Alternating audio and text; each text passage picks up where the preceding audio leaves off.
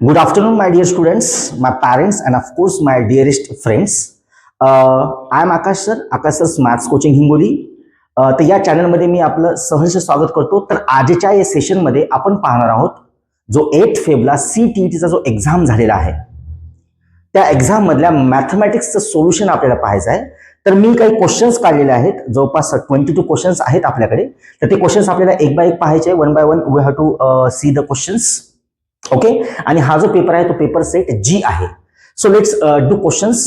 What is question? If x upon y is equals to -1/3 to the power -3 divided by 2/3 to the power -4, then we have to calculate the value of x upon y plus y by x inverse multiplied by y by x inverse. Before going to solve the question, प्रश्न solve करण्याच्या आधी आपल्याला जे काढायचं आहे त्याच्याबद्दल आपण थोडंसं डिस्कस करूया. आणि त्याआधी पण तुम्हाला एक खूप महत्वाची गोष्ट मला अशी सांगायची आहे, या क्वेश्चनचे जे ऑप्शन्स आहेत ते रॉंग आहेत. म्हणजे जो आपला आन्सर येते ना बेटा मित्रांनो, जे आपला आन्सर येते ते आन्सर याच्यामध्ये एक्झिस्टच होत नाहीये. सगळ्यात महत्वाची गोष्ट आहे, जर गव्हर्नमेंटला जर ती गोष्ट निदर्शनास आली तर 100% तुम्हाला या क्वेश्चन्सला बोनस मार्क्स 100% मिळतील. ओके, तर सॉल्व्ह करूया आपण. याला काय काढायचं आहे आपल्याला? X upon Y plus y upon x. काय काढायचं आपल्याला? X upon Y plus y upon x inverse multiply by y by x inverse. आपल्याला याची व्हॅल्यू काढायची आहे. तर मित्रांनो, आपण एक लॉ आपण 8th स्टँडर्ड मध्ये असताना पाहिला होता. काय फॉर्म्युला बघितला होता आपण? a to the power m multiplied by b to the power m is nothing but a multiplied by b to the power m. जर दोन ब्रॅकेटचा जर पॉवर सेम असेल तर आपण त्या दोन्ही नंबर्सला एकाच ब्रॅकेटमध्ये लिहू शकतो. तर मी काय करणार मित्रांनो, इथे पण -1 आहे आणि तिथे पण -1 आहे, म्हणजे याचा अर्थ पॉवर सेम आहे, म्हणजे मी दोन्ही ब्रॅकेटला एकाच ब्रॅकेटमध्ये लिहू शकतो युजिंग धिस लॉ. तर चला तर मग लिहूया आपण याला. तर काय लिहिता येईल आपल्याला याला? So I am writing here x upon Y plus y upon x. हे ब्रॅकेट ऍज इट इज आहे आणि हा जो ब्रॅकेट आहे तो ब्रॅकेट मी मधात लिहिणार वाय बाय एक्स, आणि या सगळ्यांचा पॉवर मी इथे -1 लिहिणार. आय होप सर्वांना व्यवस्थित समजत आहे. ओके, तर चला तर मग या ब्रॅकेट सोबत y बाय एक्स ला आपल्याला मल्टिप्लाय करायचा आहे. तर मल्टिप्लाय करताना हा जो y बाय एक्स आहे तो दोघांना मल्टिप्लाय होणार, म्हणजे याला पण मल्टिप्लाय होणार आणि याला पण मल्टिप्लाय होणार. तर इथे आपण काय लिहिणार? X by y multiply by y by x plus y by x multiply by y by x, आणि याचा पॉवर होऊन जाणार -1, जो की ऍज इट इज आहे. चला, एक्स आणि एक्स न्यूमरेटर आणि डिनॉमिनेटर मधलं कॅन्सल झालं, वाय आणि वाय पण कॅन्सल झालं. राहिलं काय आपल्याकडे ब्रॅकेटमध्ये? इथे फक्त 1 राहिलं आणि इथे Y into Y Y square आणि X into X X square आणि त्याचा इनव्हर्स राहिला. ठीक आहे मित्रांनो, तर फक्त आपल्याला मित्रांनो वाय बाय एक्स ची व्हॅल्यू काढायची आणि सबस्टिट्यूट करायचंय. एवढं जरी केलं तर आपला आन्सर आपल्याकडे आलंय. तर चला मग सर्वात आधी आपल्याला वाय बाय एक्स काढायचं आहे. So do first Y by x. Now here, what is given question? X upon y is equals to -1 to the by 3 to the power -3 divided by 2 by 3 to the power -4. मित्रांनो, अजून एक law आपण 8th आणि 9th standard मध्ये शिकलो आहोत. कुठला law? जर पॉवर्स निगेटिव्ह मध्ये येत असतील मित्रांनो, तर सर्वात आधी पॉवर्सला पॉझिटिव्ह करा. तर पॉवर्स कसे पॉझिटिव्ह होतात सर? पॉवर्सला जर तुम्हाला पॉझिटिव्ह करायचं असेल तर त्या नंबरचा आपल्याला रेसिप्रोकल करावं लागतं. म्हणजे खालचा नंबर जाणार वरी आणि वरचा नंबर येणार खाली. तर सेम स्टेप मी इथे करतोय. म्हणजे काय होऊन जाणार? हा खालचा नंबर जाणार वरती आणि वरचा नंबर येणार खाली आणि पॉवर होऊन जाणार प्लस.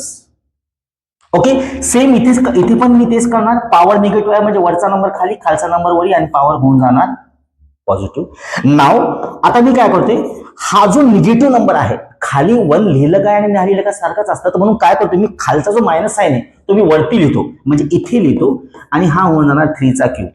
नाव एक गोष्ट लक्षात ठेवा, आपण 2 फ्रॅक्शन्सचं डिव्हिजन करतोय बेटा. जेव्हा आपण मिडल साइन हा डिव्हिजनचा साइन असतो ना, तर आपल्याला साइन याचा चेंज करावा लागतो. डिव्हिजनचं साइन चेंज होतं मल्टिप्लिकेशन मध्ये, आणि जो दुसरा फ्रॅक्शन आहे त्याचं होत असतं रेसिप्रोकल. तर मग हा होऊन जाणार खाली आणि हा होऊन जाणार वरती, म्हणजे असं दिसणार ते. पुन्हा एक वेळेस सांगतो मी, 2 फ्रॅक्शनचं जर आपल्याला डिव्हिजन करायचं असेल तर डिव्हिजनचा साइन चेंज करून मल्टिप्लाय घ्यावा लागेल, आणि जो सेकंड फ्रॅक्शन आहे त्या फ्रॅक्शनचा आपल्याला रेसिप्रोकल करावं लागतं मित्रांनो. तर मी काय केलं, खालचा जो नंबर दिला तो वरी आला, वरचा नंबर खाली आला आणि हा as it is. Now do simplification. आता इकडे बघा, -3चा पॉवर 3 आहे बेटा. -3चा पॉवर 3 आहे म्हणजे -3चा क्यूब सॉल्व्ह करू नका. -3 ला 3 वेळेस लिहा. -3 -3 -3. ओके. आणि हा जो पॉवर आहे, आपण एक लॉ बघितला मित्रांनो, ए चा पॉवर जर m असेल आणि खाली जर b चा पॉवर जर m असेल तर आपल्याला लिहिता येते a/b चा पॉवर होल m. म्हणजे आपल्याला a/b चा पॉवर m दिलेला आहे, तर may I write it as a to the power m divided by b to the power m? Of course I can right.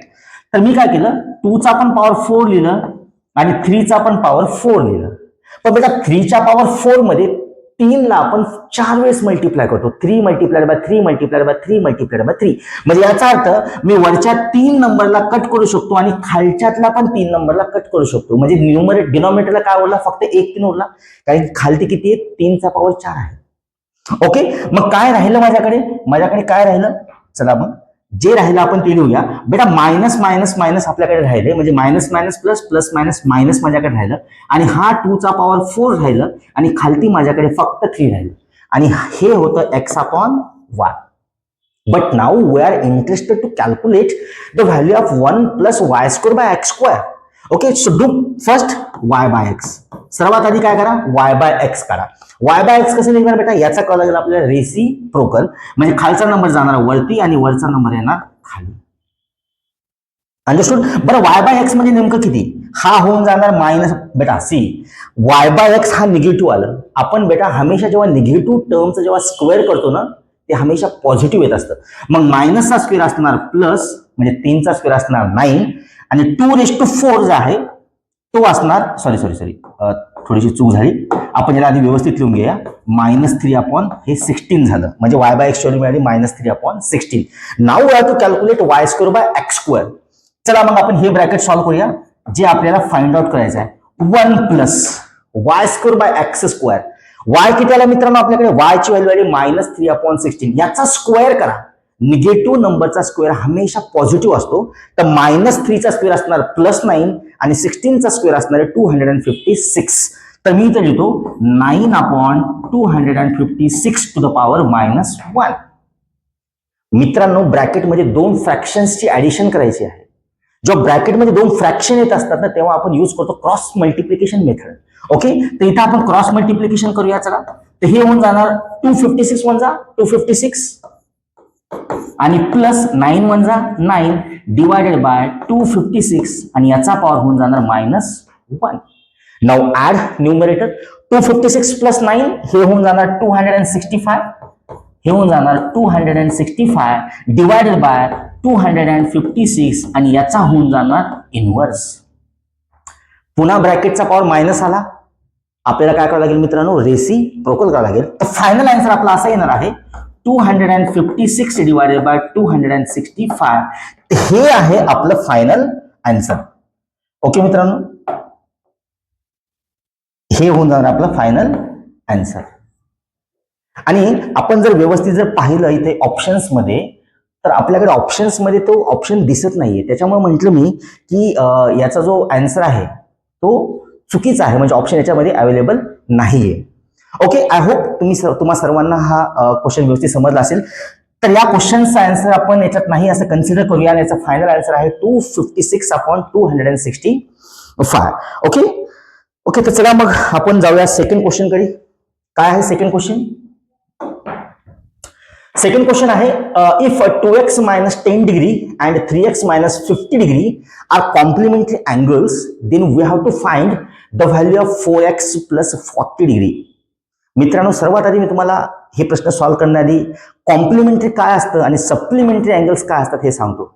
मित्रांनो, जेव्हा 2 अँगल्स हे कॉम्प्लिमेंटरी असतात ना, त्या 2 अँगलची सम हमेशा 90 डिग्री येत असतं, आणि जेव्हा 2 अँगल्स हे सप्लिमेंटरी असतात तेव्हा त्या 2 अँगलची सम असते 180 degree.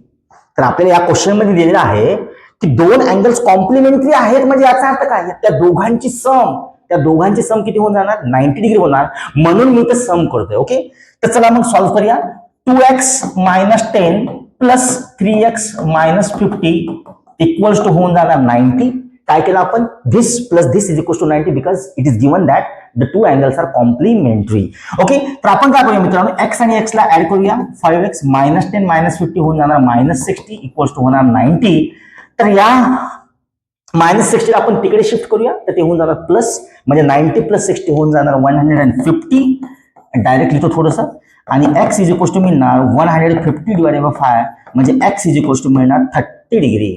But now again we are not interested to calculate the value of x. We have to calculate the value of 4x plus 40 degree. So now you have to resubstitute your x in the given what they ask. त्यांनी आपल्याला काय विचारलेलं आहे, 4x plus 40 ची value विचारलेली आहे. x ची value किती आली मित्रांनो, 30. तर हे 30 plus 40 म्हणजे x मिळणार 120 plus 40 म्हणजेच 160 डिग्री. It is 160 degree. तर कुठला ऑप्शन पाहतोय आपण इथे, चला तर ऑप्शन नंबर 1. आय होप तुम्हाला सर्वांना व्यवस्थित समजत आहे. चला तर मग उशीर न करता आपण क्वेश्चन नंबर 3 कडे जाऊया. What is question number 3? Question number 3 कडे जाऊया आपण. मित्रांनो, हे जे क्वेश्चन्स आहेत ना, मी थोडेसे म्हणजे त्यांची नंबरिंग थोडीशी मी चेंज केलेली आहे.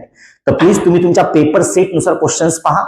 ओके, तर क्वेश्चन नंबर 3 म्हणजे तुमच्या क्वेश्चन नंबर जो क्वेश्चन सेट आहे 36, त्याच्यामधला 36 क्वेश्चन आहे. काय म्हणतो question, which of the following measurements in centimetre can be the sides of the right angle triangle. अतिशय सोपा प्रश्न आहे. बोनस तुम्ही तर गेल्या डायरेक्ट टिक करून याला यायचं होतं. काय प्रश्न आहे, तुम्हाला असं म्हटलेलं आहे की भाई राईट अँगल ट्रायंगलच्या याच्यापैकी कुठल्या साइड्स एक्झिस्ट होतील. तर सर्वात आधी चला तर मग आपण राईट अँगल ट्रायंगल करूया. सगळ्यांना माहिती आहे, आपण लहानपणापासून शिकत आलो, काय आपण नाव देऊया PQ आणि R, आणि हा आपला राईट अँगल ट्रायंगल आहे PQR. आपण काय शिकत आलो, पायथागोरस थेरम. काय म्हणतं Pythagoras theorem, hypotenuse square is equals to base square plus height square. Hypotenuse काय असतं, the side which is opposite to 90 degree, the side which is opposite to 90 degree and it is base and it is height. तर मित्रांनो, इथे एक condition तुमची satisfy झाली पाहिजे. चला आता आपण काय नाव देऊया, याला असं आपण नाव देऊया, याला म्हणूया आपण स्मॉल r, याला म्हणूया आपण स्मॉल q, आणि याला आपण म्हणूया स्मॉल p. काही जरी नाव दिलं तर काही फरक पडत नाही. याला P म्हणूया आणि याला आपण म्हणूया Q. ओके, हे Q. तर पायथागोरस थेरम काय म्हणते, हायपोटेन्यूसचा स्क्वेअर म्हणजेच Q चा square is equals to, satisfy झालं पाहिजे R square plus P square. R square plus P square ही प्रॉपर्टी यांनी सॅटिस्फाय केली पाहिजे. तर आपल्याला मित्रांनो ऑप्शन्स चेक करायचे आहेत आणि ऑप्शन्स थ्रू आपल्याला क्वेश्चनला सॉल्व्ह करायचे. मित्रांनो, ऑलरेडी हा पेपर मी सॉल्व्ह केलेला आहे. प्रत्येक ऑप्शन मी तुम्हाला सॅटिस्फाय करून दाखवू शकत नाहीये, कारण की वेळेअभावी मला पूर्ण क्वेश्चन्स तुमच्यापर्यंत पोहोचवायचे आहेत. तर ऑप्शन नंबर सी कडे आपण डायरेक्ट जाऊया. काय म्हणतो ऑप्शन नंबर सी, 14, 50 आणि 48. हमेशा एक गोष्ट लक्षात घ्या मित्रांनो, राईट अँगल ट्रायंगल मध्ये ना हायपोटेन्यूस साइड ही सगळ्यात मोठी साइड असते. हमेशा लक्षात घ्या, हायपोटेन्यूस साइड इज द सगळ्यात मोठी साइड. तर तुम्ही पाहू शकता ऑप्शन्स मध्ये 14, 50 आणि 48. So can I consider the hypotenuse side as 50 degree? Yes, of course I can consider. तर आपण काय करूया, हे ट्रू आहे का बघूया. म्हणजे याला जर मी हायपोटेन्यूस असं कन्सिडर केलं 50 ला, hypotenuse square is equals to base square plus height square. Okay, satisfy होते का बघूया मित्रांनो. What is the square of 50? तर 50 चा स्क्वेअर असतो 2500. 50 चा स्क्वेअर किती असणार, 2500. आता आपल्याला करायचं 48 चा square. What is the square of 48? 8 8 64 8 6 8 32 32 64 64 70 8 7 7 16 16 7 23. I think 2304 असं काहीतरी येणार. आणि मला वाटते 14 चा स्क्वेअर 196 आहे. हे येणार 196. आणि जर दोघांची जर आपण ऍडिशन जर केली तर 6 4 10 चला 1 9 1 10 चला 1 3 आणि 4 आणि 1 5 आणि हे 2. यस, तर LHS इक्वल्स टू RHS इथे होत आहे. तर मित्रांनो, हे जो सेकंड ऑप्शन आहे, हा जो आपला सेकंड ऑप्शन आहे, म्हणजे सॉरी थर्ड ऑप्शन 14, 50 आणि 48 हे सॅटिस्फाईड इथे होते. त्याच्यामुळे मित्रांनो या क्वेश्चनचा आन्सर असणार आहे 14, 50 and 48. I hope all of your enjoying my class and all of you are understood. Now without wasting time, we'll go for next question. Okay, what is next question? तर next question असा आहे, Renu lost 15% by selling an article A for rupees 382.50 and gains 12% by selling an article of B for rupees 616. If she sells both the articles for rupees 1180, then her percentage gain is. खूप practical question आहे आणि खूप छान question आहे मित्रांनो. काय question मध्ये दिलेलं मी तुम्हाला सर्वात आधी एक्सप्लेन करतो.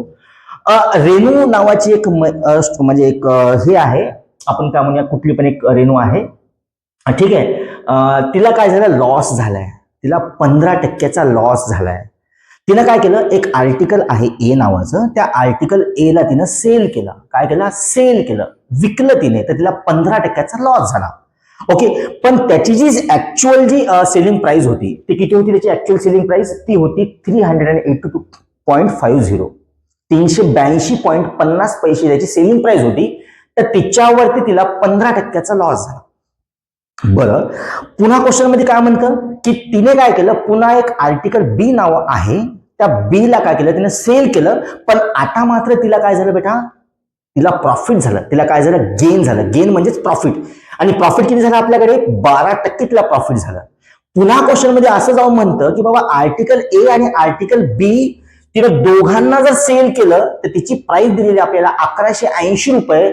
तर आपल्याला विचारलं आहे की 1180 रुपयामध्ये त्याला किती प्रॉफिट पर्सेंटेज आणि किती गेन पर्सेंटेज झालेला आहे. चला तर मग आपण सॉल्व्ह करूया. तर this question is based on class 8 standard and 9 standard. To calculate the selling price, to calculate the cost price, we have one formula. Cost price, selling price काढण्यासाठी फॉर्म्युला आहे. तर सगळ्यात आधी आपण आर्टिकल ए बद्दल विचार करूया. Renu loss 15% by selling an article A for rupees 382.50. मित्रांनो, जर तुम्हाला सेलिंग प्राइस दिली असेल आणि जर तुम्हाला लॉस होत असेल, तुम्हाला जर कॉस्ट प्राइस काढायची असेल, तर डायरेक्ट फॉर्म्युला अप्लाय करा. Cost price is nothing but selling price in bracket 100 divided by 100 minus loss percentage. हा डायरेक्ट फॉर्म्युला आहे. चला मित्रांनो, सेलिंग प्राइस किती दिलेली आहे, सेलिंग प्राइस आपल्याला डायरेक्ट क्वेश्चन मध्ये दिलेली आहे 382.50. आपण डायरेक्ट इथे पुट करणार आहोत 382.50 in bracket 100 divided by 100 minus loss percentage. तिला लॉस किती झाला, 15% लॉस झाला, म्हणून डायरेक्ट मी 15 टाकतो. तर चला आता मग कॅल्क्युलेशन करूया. हे होऊन जाणार 100 आणि 100 मायनस 15 किती होऊन जाणार, 85. मित्रांनो, एक गोष्ट हमेशा लक्षात घ्या, जेव्हा तुम्ही डेसिमलचे क्वेश्चन सॉल्व्ह करत असताना, तर डेसिमलच्या नंतर किती नंबर्स आहेत हे बघा. इथे पाहता तुम्ही, डेसिमलच्या नंतर माझ्याकडे 2 डिजिट्स आहेत, 5 आणि 0. आणि जेव्हा तुम्ही डेसिमल नंबरला 100 ने, 1000 ने, 10 ने जेव्हा मल्टिप्लाय करताना, तर तुमचा जो डेसिमल नंबर असतो मित्रांनो, तो तितकी डिजिट राईट साईडला शिफ्ट होतो. म्हणजे याचा अर्थ काय, इथे माझ्याकडे 100 आहे, म्हणजे याचा अर्थ माझा जो नंबर आहे तो 2 डेसिमल राईट साईडला शिफ्ट होणार. म्हणजे कसं, 38250 डायरेक्टली मी असं येणार. आणि हा जो डिवाइडचा 85 आहे तो मी ऍज इट इज लिहिणार आहोत. ठीक आहे, तर चला मग डिव्हिजन करूया. काय होणार आपल्याकडे डिव्हिजन याचं 382.50 आपण डायरेक्ट कट करूया 85 ने. 85 जा 85 आणि 85 4 जा डायरेक्ट आपण करून बघूया. 85 चा 4 किती होतात, 5 8 8 16 16 32 32 2 34 340 होतात. बरोबर आहे का माझं, 5 21 8 32 32 यस. 85 4 जा होतात आपल्याकडे किती, 340. पण आपल्याकडे किती होते, 382. आता उरले किती, 42. म्हणजे किती झाले इथं, 425 झालेत. ओके, 425 झालेत. आणि मला वाटतं 85 5 जा 425 येतात. बघूया आपण. 85 5 जा 5 5 25 8 2 8 45 40 42 यस. तर हे होऊन जाणार 85 5 जा आणि हा 0. म्हणजे याचं डायरेक्ट कॅल्क्युलेशन जेव्हा आपण करणार तर आपल्याकडे येणार 450 रुपये. म्हणजे मित्रांनो, कॉस्ट प्राइस आपल्याला मिळाली आहे. चला, कॉस्ट प्राइस मिळाली आहे 450 रुपये. म्हणजे याचा अर्थ असा होता, रेतूची कॉस्ट प्राइस होती 450 रुपये आणि तिनं विकलं फक्त 382 रुपयांना, म्हणून तिला 15% लॉस झाला. मित्रांनो, हे झालं आर्टिकल ए साठीची कॉस्ट प्राइस. सेम आहे आर्टिकल बी, पण मात्र यावेळेस रेणूला झालं गेन. मित्रांनो, गेन पर्सेंटेज म्हणजेच profit percentage. So let's do for article B. तर चला फॉर आर्टिकल बी करूया आपण. फॉर बी सेम फॉर्म्युला लागणार इथं, cost price is equal to selling price in bracket 100 divided by 100 plus होणार. मित्रांनो, इकडे बघा, जेव्हा आपल्याला लॉस होत असतो ना, तर आपण तिथे मायनस करत असतो, पण जेव्हा मात्र प्रॉफिट होते आपल्याला, तेव्हा आपण काय यूज करतो, प्लस फॉर्म्युला यूज करतो. मित्रांनो, अगदी सोपं आहे. चला तर मग सेलिंग प्राइस किती होती यावेळेस आर्टिकल बी साठी? आर्टिकल बी साठी सेलिंग प्राइस होती 616 रुपये. आपण इथे पुट करणार 616 100 डिवायडेड बाय 100 प्लस प्रॉफिट किती झालं रेणूला 12%. तर आपण इथे लिहणार 12%. तर चला मग 616 in bracket 100 divided bye 112, 100 divided bye 112. चला याचे कॅल्क्युलेशन करून घेऊया फास्ट. इकडे बघा आपण 100 ना वरती न्यूमरेटरला मल्टिप्लाय करून घेऊया. म्हणजे इकडे न्यूमरेटरला असं येणार 61600 आणि खाली येणार 112. चला आता मग डायरेक्ट 112चा टेबल ने आपण त्याला डिवाइड करूया. काय 112चा टेबल? 112 पाची, डायरेक्ट पाची, कारण की 6 जर घेतलं मी तर 600च्या समोर जाणार म्हणून पाची. 112 पाची किती येतात? 112 पाची 5 2 10 5 1 5 1 5 5 1 6 560 येतात. चला तर पाची होतात 560. म्हणजे उरले किती माझ्याकडे? माझ्याकडे आय थिंक 56 उरलेत ना, 56 उरले. येस 56 उरले माझ्याकडे. तर पुन्हा 112 पाची 560. चला तर याचं कॅल्क्युलेशन झालं ते आलं 550 रुपये. किती आलं मित्रांनो? 550. म्हणजे आर्टिकल बी साठीची जी कॉस्ट प्राइस आली ती आली मित्रांनो 550 रुपये. झालं, प्रश्न सॉल्व्ह झाला. आता काय करायचं आपल्याला? शी cells both the article for rupees 1180. इकडे बघा, जर तिने दोन्ही article article a plus article बी 1180 रुपयाला जर सेल केले असतील तर तुम्हाला त्यांनी विचारलेले की तिला किती % प्रॉफिट झालेला आहे. मित्रांनो आर्टिकल ए ची प्राइस किती आली? 450. आर्टिकल बी ची प्राइस किती आली? मला वाटते 550. आणि या दोघांची जर आपण ऍडिशन केली तर येते 1000 रुपये. म्हणजे 1000 रुपयाची वस्तू रितू जे काय आहे तिने 1180 रुपयाला विकली. म्हणजे याचा अर्थ तिला 180 रुपयाचा प्रॉफिट झाला. बघा ना, 1000 रुपयाची वस्तू होती तिने विकली कितीला? 1180 रुपयाला. म्हणजे याचा अर्थ तिला प्रॉफिट झाले मला वाटते 180, वाटते नाही 100% 180 झालेला आहे. आपल्याला काय करायचं? We are interested to calculate profit percentage. आणि पुन्हा मित्रांनो आपण क्लास 7 स्टँडर्ड मध्ये फॉर्म्युला बघितलेला आहे प्रॉफिट पर्सेंटेज काढण्याचा. काय प्रॉफिट पर्सेंटेजचा formula? Profit percentage is nothing but profit divided by cost price multiply by 100. फॉर्म्युल्याशिवाय मित्रांनो पत्ता हाणला नाही. तुम्हाला सर्वांना फॉर्म्युले लर्नच करावे लागतील. ओके, काय आहे प्रॉफिट? किती झाला प्रॉफिट? तिला प्रॉफिट झालं 180 रुपयाचं. कॉस्ट प्राइस किती होती? 1000 रुपये आणि मल्टिप्लाय बाय 100. एकदम सोपे कॅल्क्युलेशन आहेत. वरचे 2 0 खालचे 2 कट करा. 1 2 1 2 पुन्हा 1 0 पुन्हा 1 0. म्हणजे याचा अर्थ 18%. म्हणजे रेणूला 18% प्रॉफिट झालं मित्रांनो. आणि ऑप्शन नंबर सेकंड तुम्ही पाहत असाल. So directly we can say that 18% is the profit for article A and article B. I hope all of you are enjoying my class. Let's go for next question. What is next question? Question number 5. माझा question number 5 म्हणजे तुमचा question number 39 असणार आहे. खूप छान प्रश्न आहे. इकडे बघा प्रॅक्टिकल क्वेश्चन आहे. A swimming pool is 20 metre in length, 15 metre in breadth and 4 metre in depth. What is the cost of plastering its floor and walls at ₹42 per meter square? मित्रांनो एक स्विमिंग पूल आहे. त्या swimming पूलला आपल्याला plastering करायची आहे. एका metre स्क्वेअरला 42 rupees लागत असतील तर पूर्ण जो स्विमिंग पूल आहे त्या स्विमिंग पूलला किती रुपये लागतील प्लास्टर करायला हे आपल्याला प्रश्नामध्ये विचारलेलं आहे. तर सर्वात आधी स्विमिंग पूल जो असणार मित्रांनो तो क्युबॉइड शेप मध्ये असणार. तर चला तर मग आपण सर्वात आधी क्युबॉइड करूया. आहे का इथे क्युबॉइड? येस आहे आपल्याकडे क्युबॉइड. तर आपण असं म्हणूया की हा it is not cuboid, it is cube. आपण हे घेऊन बघूया. हा येस, हे अशा टाईपचं स्विमिंग पूल आहे आपलं क्युबॉइड शेप मध्ये. ओके, तर मित्रांनो आपण याला सगळ्यांना माहिती आहे आपण याला एच असं म्हणतो. ओके, याला आपण एच असं म्हणतो. याला आपण मला वाटते ब्रेथ असं म्हणतो. आणि ही झाली तुमची लेंथ झाली, ब्रेथ झाली आणि हाईट झाली. स्विमिंग पूलला मला प्लास्टर करायचं आहे मित्रांनो. स्विमिंग पूलला प्लास्टर करायचं आहे म्हणजे कुठल्या वॉलला तुम्हाला प्लास्टर करावं लागेल. इकडे बघा 3 डायमेन्शनल फिगर आहे. हे स्विमिंग पूल आहे. म्हणजे याचा आता हे जे वॉल आहे, ही जे वॉल आहे स्विमिंग पूलच्या मधातली तुमच्या या बाजूची राईट साईडच्या बाजूची ही एक भिंत आहे. तुमच्या डाव्या बाजूची ती एक भिंत आहे. म्हणजे ही भिंत एक आहे.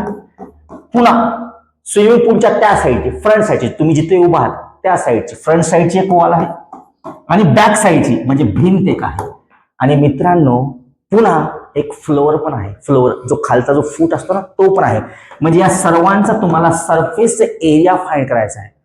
तर मित्रांनो सरफेस एरिया काढतात कसा, काय फॉर्म्युला काय सरफेस एरिया काढायचा, मी तुम्हाला फॉर्म्युला सुद्धा सांगतो इथे जनरेट करून की याचं क्वेश्चनचं आन्सर कसं करायचं आहे. To calculate the area of rectangle what is the formula. रेक्टँगलचा एरिया काढण्यासाठी आपण फॉर्म्युला कुठला यूज करतो, लेंथ इंटू ब्रेथ. तर मित्रांनो जेव्हा तुम्ही या वॉल्स बद्दल विचार करसाल, जेव्हा तुम्ही या वॉल बद्दल विचार करसाल तर याचा एरिया किती असणार, बी इंटू एच असणार, बी इंटू एच असणार. पण ही साइड ही वॉल आणि ती वॉल सेम असणार, म्हणजे त्याचा पण बी इंटू एच असणार. म्हणजे माझ्याकडे दोन वेळेस, म्हणजे माझ्याकडे इथे पण बी इंटू एच आहे आणि इथे पण बी इंटू एच आहे. म्हणजे मी इथे लिहू शकतो 2 इंटू बी एच, ऑफकोर्स लिहू शकतो. आता ही वॉल बघा, फ्रंट वॉल, या फ्रंट वॉलचा जो रेक्टँगल आहे याचा एरिया कसा निघणार, लेंथ इंटू ब्रेथ. पण इथे काय आहे, लेंथ आहे आणि ब्रेथ माझी किती आहे, एच आहे. मग इथे लागणार माझ्याकडे एल इंटू एच, हे पण दोन वेळेस आहे माझ्याकडे, L into H into L into H, sorry plus येणार इथे, L into H plus L into H. म्हणजे मी याला पण लिहू शकतो दोन वेळेस एल एच. म्हणजे दोन वॉल आपल्याकडे झालेले आहेत. आणि मित्रांनो पुन्हा माझ्याकडे एक फ्लोअर पण आहे, जमीन, फ्लोअर. फ्लोअर कोणत्या शेप मध्ये आहे, फ्लोअरचा शेप आहे लेंथ इंटू ब्रेथ. फ्लोअरचा शेप काय आहे, लेंथ इंटू ब्रेथ. तर मित्रांनो तुम्हाला 2BH काढायचा आहे, 2LH काढायचा आहे आणि 2LB काढायचा आहे. तर तुम्ही सर्वांना एक प्रश्न भेटणार की सर तुम्ही एच बोलताय पण हाईट तर आपल्याला दिलीच नाहीये. मित्रांनो हाईटच्या ऐवजी तुम्हाला म्हटलेलं आहे डेप्थ. डेप्थ म्हणजे खोली, आणि खोलीलाच आपण हाईट असं कन्सिडर करणार आहोत. तर चला तर मग फॉर्म्युला काय जनरेट झाला, फॉर्म्युला काय जनरेट झाला आपल्याकडे, फॉर्म्युला जनरेट होतोय आपल्याकडे, काय होतोय रे फॉर्म्युला, फॉर्म्युला होते आपल्याकडे area of plastering wall is nothing but length breadth plus 2 in bracket, किती वेळेस आहे, BH दोन वेळेस आहे. तर मग इथे होणार BH प्लस BH, म्हणजे दोन कॉमन काढलं आणि दोन वेळेस LH असा मिळणार. आणि हा लेंथ ब्रेथ, आणि माझ्याकडे एच कॉमन आहे, तुम्ही एच कॉमन काढतो म्हणजे 2H in bracket length plus breadth, इतका तुम्हाला एरिया काढायचा आहे. चला मग काढूया उशीर न करता. What is length, 20. लेंथ किती दिलेली आहे, 20 दिलेली आहे, इथं 20 पुट करणार. इंटू ब्रेथ, ब्रेथ किती आहे मित्रा, 15 आहे. 2 इन ब्रॅकेट, डेप्थ किती आहे, डेप्थ 4 मीटर, ब्रॅकेट मध्ये लेंथ किती, लेंथ 2 आणि ब्रेथ किती आहे माझ्याकडे 15. चला तर मग कॅल्क्युलेशन करूया. 15 दोन्ही 30 म्हणजे 300, 4 दोन्ही 8 आणि हे होणार 35. चला तर मग 300 प्लस 8 पंचे 40, 8 4, 8 24, 24 आणि 4 28, म्हणजे मला वाटते हे होणार 580 मीटर स्क्वेअर, कारण की सगळे युनिट्स हे मीटर मध्ये आहेत म्हणून हे मीटर स्क्वेअर होऊन जाणार. मित्रांनो एका मीटरला आपल्याला रुपीज किती लागतात, एका मीटरला लागतात 42 रुपये, 42 rupees for 1 metre square. So you have to multiply 580 by 42. चला मग 580 ला आपण 42 न मल्टिप्लाय करूया. करा तर मग मल्टिप्लाय. चला 580 गुणिले 42, 0 8 2 16 8 1 5 2 10 आणि 11 प्लस 4 0 0 8 चौक 32, 8 3 5 चौक 20 आणि हे 3 23 झाले.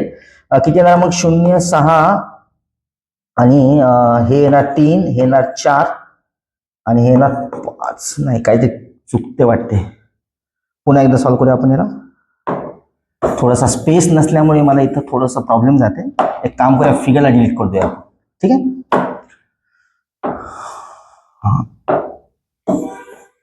डिलीटच करून टाकूया याला.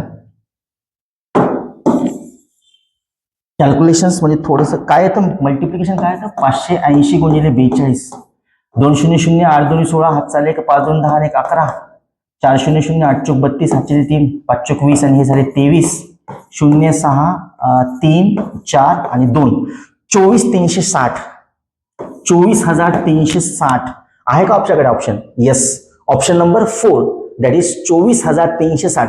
म्हणजे तुम्हाला त्या स्विमिंग पूलला प्लास्टर करण्यासाठी 24,360 रुपये लागतात मित्रांनो. That is option number D, fourth option.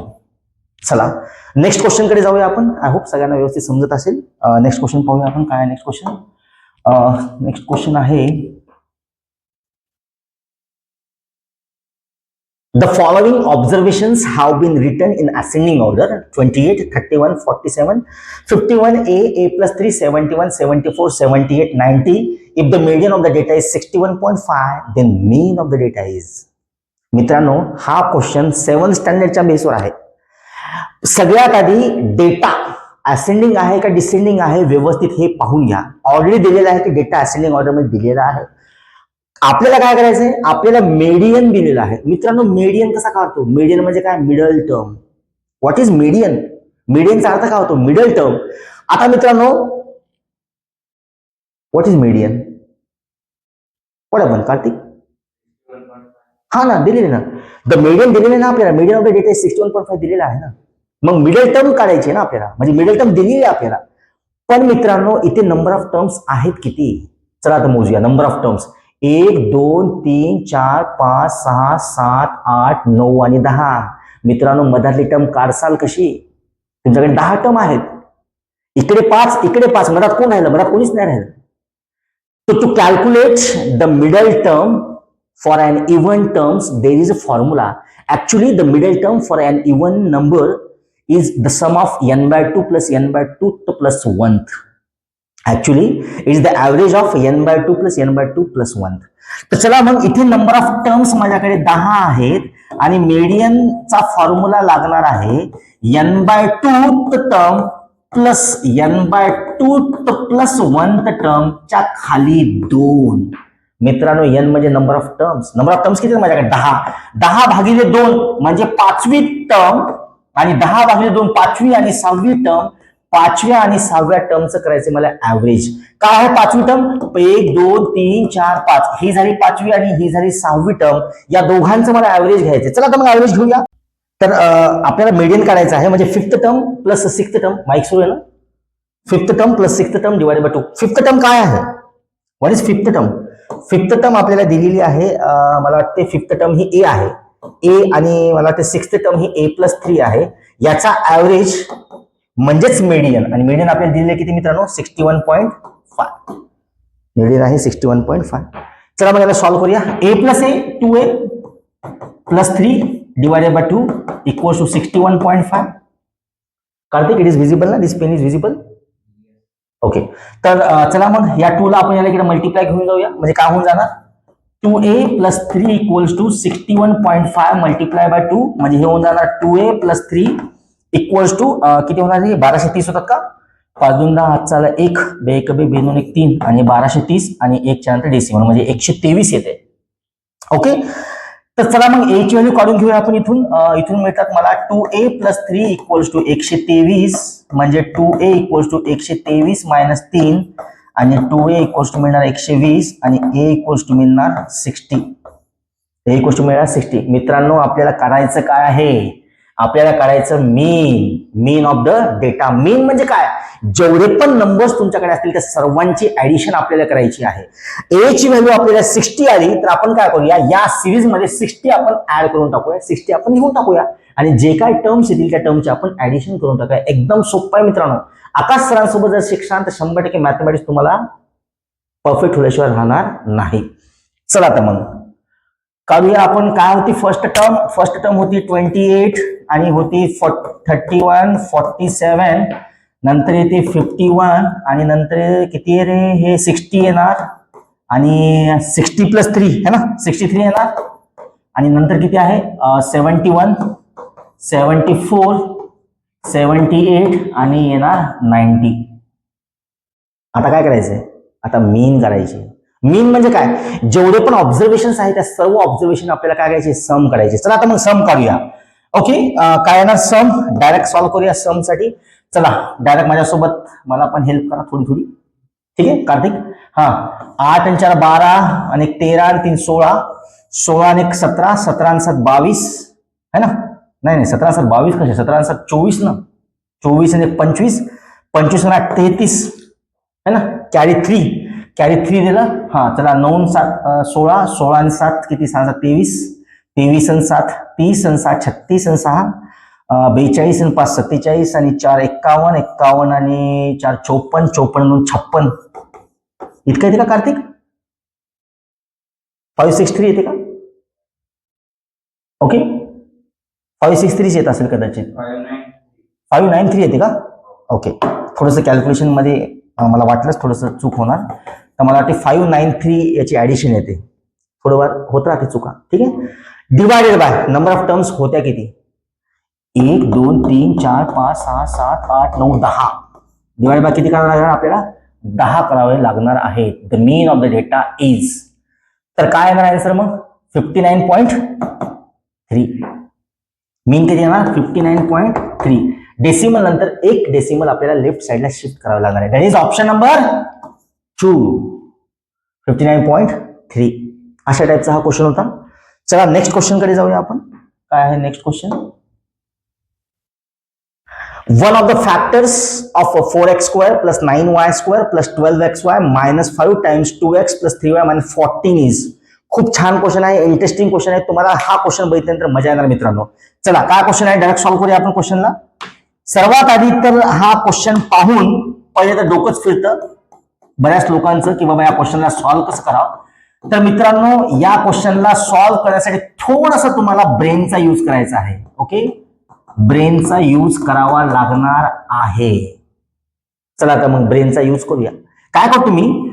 4x square plus 9y square plus 12xy is equals to, बाकीच्या टर्मला पलीकडे शिफ्ट करतो. तर हे होऊन जाणार 5 in bracket 2x plus 3y minus 14. आता तिकडे शिफ्ट का केलं याचा अर्थ पण सांगतो. तुम्ही जर व्यवस्थित बघत असाल तर हे काय आहे? हे काय आहे? काय सर हे काय आहे? म्हणजे इक्वेशन आहे. हो, पण इक्वेशन आहे, पण कशाचा सिम्प्लिफाईड फॉर्म आहे. जर तुम्ही याला नीट बघत असाल मित्रांनो तर हा 2x प्लस 3y चा होल स्क्वेअर आहे. It is nothing but 2x plus 3y चा होल स्क्वेअर. का? What is the formula of a plus b whole square? It is a square plus b square plus 2ab. a चा square, b चा square आणि 2ab म्हणजे 2 into 2 into 3y. हा a plus b whole square आहे. आणि इकडची जी term आहे ती मी ऍज इट इज लिहितो 2x प्लस 3y मायनस 14. आता काय करायचं आहे? जो 2x प्लस 3y आहे त्याला एका सेपरेट व्हेरिएबल, एका डिफरंट व्हेरिएबल मी त्याला डिनोट करतो. त्याला मी म्हणतो capital A for Akash. Okay, तर चला मग आपण याला ए असं म्हणूया. म्हणजे आपण काय केलं? पुट केलं a is equals to 2x plus 3y. तर हा जो इक्वेशन तयार होणार आहे तो होणार a square is equals to 5a minus 14. या पूर्ण टर्मला इकडे शिफ्ट करा म्हणजे हे होऊन जाणार a स्क्वेअर मायनस 5a आणि मायनस इकडे जाऊन प्लस झालं आणि हे होणार इक्वल टू 0. मित्रांनो बनला quadratic equation. Now how to solve quadratic equation सगळ्यांना माहिती आहे, एक्सप्लेन करायची काय गरज नाहीये. क्वाड्रॅटिक इक्वेशनला आपण काय करूया? सॉल्व्ह करूया. फॅक्टर्स काय होतील याचे? मग ते -7 -2 याचे फॅक्टर्स आहेत. तर हे होऊन जाणार a square minus 7a minus 2a आणि plus 14 equals to 0. So no plus 2a नाही ना, प्लस 2a जर केलं मी तर प्रोडक्ट मायनस येते म्हणजे आता फॅक्टर्स चुकलेत. Thank you so much Kartik. हा म्हणजे फॅक्टर्स चुकले की बाळा इथं? हा फॅक्टर्स चुकले काय ना? फॅक्टर्स 7 2 14 अजून नाही ना. फॅक्टर्स मल्टिप्लिकेशन पॉझिटिव्ह यायला पाहिजे, निगेटिव्ह कसं काय आहे? मग पॉज कर.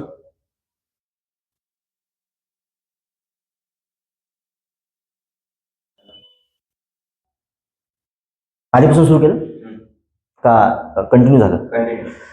मित्रांनो आय एम व्हेरी सॉरी, थोडीशी चूक झाली इथे. काय झालं? जेव्हा आपण या -14 ला तिकडे शिफ्ट करणार ते 14 होईल ना आणि हे पण 14 होणार. आता पुन्हा इकडे जाऊन काय होणार आहे? -14 होणार. थोडीशी चूक झाली, सॉरी, माफी मागतो तुमची सर्वांची. इथे होऊन जाणार मला वाटते +14 तिकडे जाऊन काय होणार? -14 होणार. ठीक आहे, येस. आता मात्र कार्तिक -7 आणि -2 येणार आहे ना.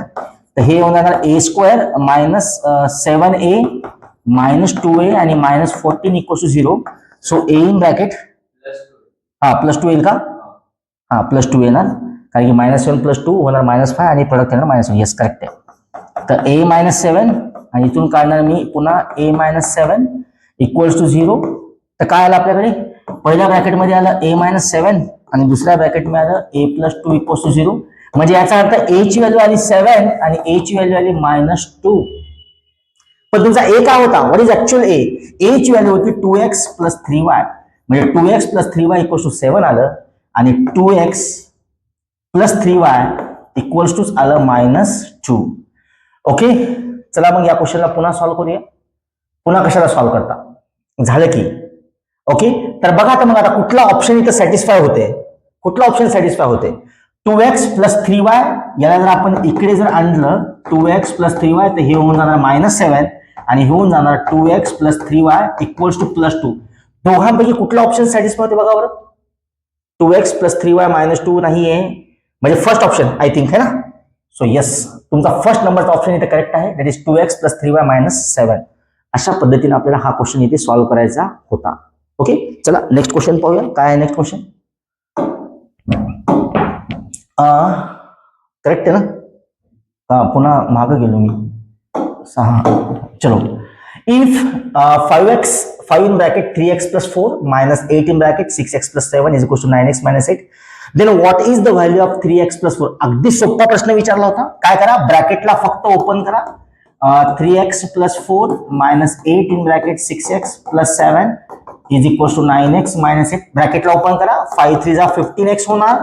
5 4 जा 20 -48x -8 साठी 56 8 7 56 = 9x - 8. x आणि x ला सॉल्व्ह करूया. किती राहणार इथे 15 किती राहणार आहे 48 मधून जर आपण किती 8 वरून 5 गेले 3 33 राहणार का. 33x आणि हे +20 आणि हे -56 म्हणजे -36 होणार. हे +9 इकडे जाऊन मायनस होणार आणि -9 इकडे जाऊन प्लस होणार = 0 -33x. Okay thank you. ठीक आहे फक्त काय करा x ला तिकडे घेऊन या बाकी सगळे तिकडेच राहू द्या. म्हणजे हे 50x आणि हे -48x हे +9 इकडे जाऊन मायनस झालं. हे -56 तिकडे जाऊन प्लस झालं प्लस इकडे जाऊन मायनस झाले आणि मला वाटतं हे -8 ॲज इट इज.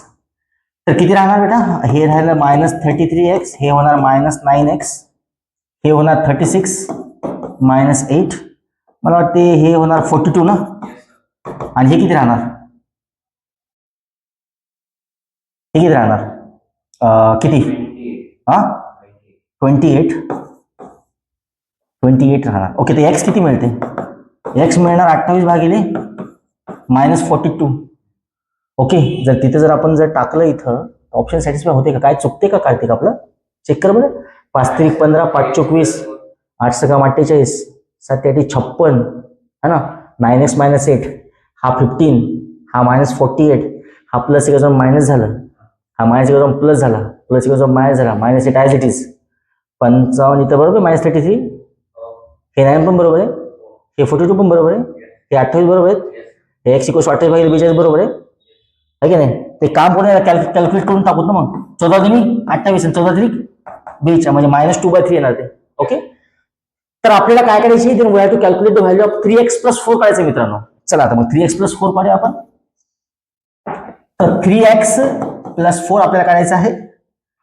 तो 3 इन ब्रॅकेट x व्हॅल्यू किती आहे 2 / -3 + 4 हा 3 कटणार म्हणजे -2 + 4 म्हणजे आन्सर 2 येणार आहे का आन्सर 2 ऑप्शन मध्ये. Yes so answer 2 is the correct answer. I hope all of you are enjoying my class. If you are new to this channel then please मित्रांनो प्लीज चॅनलला सबस्क्राईब करा. तुमचा सपोर्ट मला थोडासा हवा आहे. ओके आणि नक्की मित्रांनो जर तुम्हाला हा व्हिडिओ आवडला असेल तर तुमचे जेवढे पण मित्र प्रॅक्टिस करतात CTET साठी त्या सर्वांना हा व्हिडिओ मात्र शेअर करा. ठीक आहे चला आपण नेक्स्ट क्वेश्चन कडे जाऊया. काय next question. Raju invested a sum of ₹7,000 at 20% per annum for 1.5 years, compounded half yearly, and his friend Amit invested a sum of ₹8,000 at 10% per annum for 2 years, compounded annually. What is the difference between the interest received by Raju and Amit at maturity? खूप छान प्रश्न आहे मित्रांनो. समजून घ्यायचा प्रयत्न करा. Question मध्ये काय म्हटलेलं आहे राजूने काय केलं 7,000 रुपये 20% ने 1.5 इयरला इन्व्हेस्ट केले आणि अमितने 8,000 रुपये 10% ने 2 वर्षासाठी इन्व्हेस्ट केले. तर आपल्याला काढायचे compound interest annually and half yearly. मित्रांनो टू कॅल्क्युलेट कंपाऊंड इंटरेस्ट जर तुम्हाला काढायचा असेल तर फॉर्म्युला असतो अमाऊंट मायनस प्रिन्सिपल.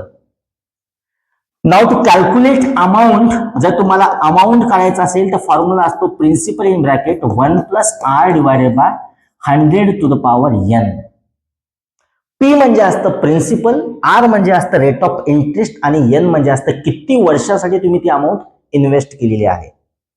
तर मित्रांनो हा क्वेश्चन थोडासा लेंदी आहे. लेंदी इन द सेन्स तुम्हाला थोडेसे कॉन्सेप्ट इथे लागतील, कारण की राजूनं जी अमाऊंट आहे ती फक्त 1.5 वर्षासाठी इन्व्हेस्ट केलेली आहे. जेव्हा मित्रांनो असे असतात ना फ्रॅक्शन्स मध्ये आन्सर, जेव्हा 1.5 वर्ष, 3.5 वर्ष, 4.5 वर्ष, 6 महिने, तेव्हा यांची व्हॅल्यू कॅल्क्युलेट करायला थोडंसं हार्ड जाते. पण मित्रांनो तुम्ही काळजी करू नका, तुम्ही आकाश सरांकडे शिकता, तुम्ही तुम्हाला फास्ट एक ट्रिक सांगतो शॉर्टकट की यांची व्हॅल्यू काढायची कशी. मित्रांनो मला एक गोष्ट सांगा, त्यांनी किती वर्षासाठी अमाऊंट हे केलेली आहे, इन्व्हेस्ट केलेली आहे? 1.5 इयर. मित्रांनो 1.5 इयरचा अर्थ काय होतो? 1.5 इयरचा अर्थ असा होतो की यांनी 18 महिने, म्हणजे 1.5 वर्षामध्ये 18 महिने येतात ना, 18 महिने त्यांनी इन्व्हेस्ट केलेले आहे. बरं, तर सर मग याचा अर्थ काय? आणि मित्रांनो इकडे तुम्ही जर बघत असाल तर कंपाऊंडेड आहे हाफ इयरली, म्हणजे याचा अर्थ हाफ इयरली तुम्हाला कंपाऊंड करायचं आहे, म्हणजे एका वर्षामध्ये कितीदा काढायचंय? 2दा. कंपाऊंडेड हाफ इयरली म्हणजे किती वेळेस? 2दा. पण मित्रांनो आपल्याकडे किती महिने आलेत? 18 महिने आलेत. आणि एका वर्षामध्ये किती महिने असतात? 12 महिने असतात. तर प्रत्येक 6 महिन्यासाठी आपण यांची व्हॅल्यू 1 कन्सिडर करणार आहोत, 1 कन्सिडर करणार आहोत. म्हणजे एका वर्षामध्ये 6 आणि 6 2 वेळेस आलं, आणि पुढचे पुन्हा 6 म्हणजे किती आलं? 3 आलं. म्हणजे इथे यांची व्हॅल्यू किती होऊन जाणार? 3 होऊन जाणार. तर मी इथे लिहितो n = 3. ओके मित्रांनो, यांची व्हॅल्यू तर मिळाली 3, पण रेट ऑफ इंटरेस्टचं काय?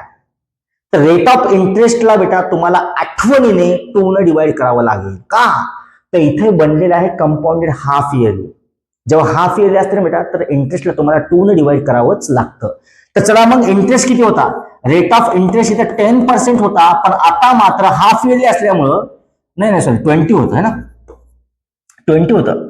तर 20 डिवायडेड बाय 2 म्हणजे इथं येणार 10%. चला तर मग हे जे सगळे काही व्हॅल्यूज आहेत ते आपण इथं पुट करूया. पहिले थोडंसं मी याला इरेज करून टाकतो. यांची व्हॅल्यू 3 आहे आपल्याकडे, अमाऊंट काढायचा आहे, प्रिन्सिपल आहे 7000, 1 प्लस रेट ऑफ इंटरेस्ट किती आहे? रेट ऑफ इंटरेस्ट 10 आहे, डिवायडेड बाय 100. यांची व्हॅल्यू 3 होती, कारण की 18 महिने आहेत ना, 6 6 6 3 व्हॅल्यू.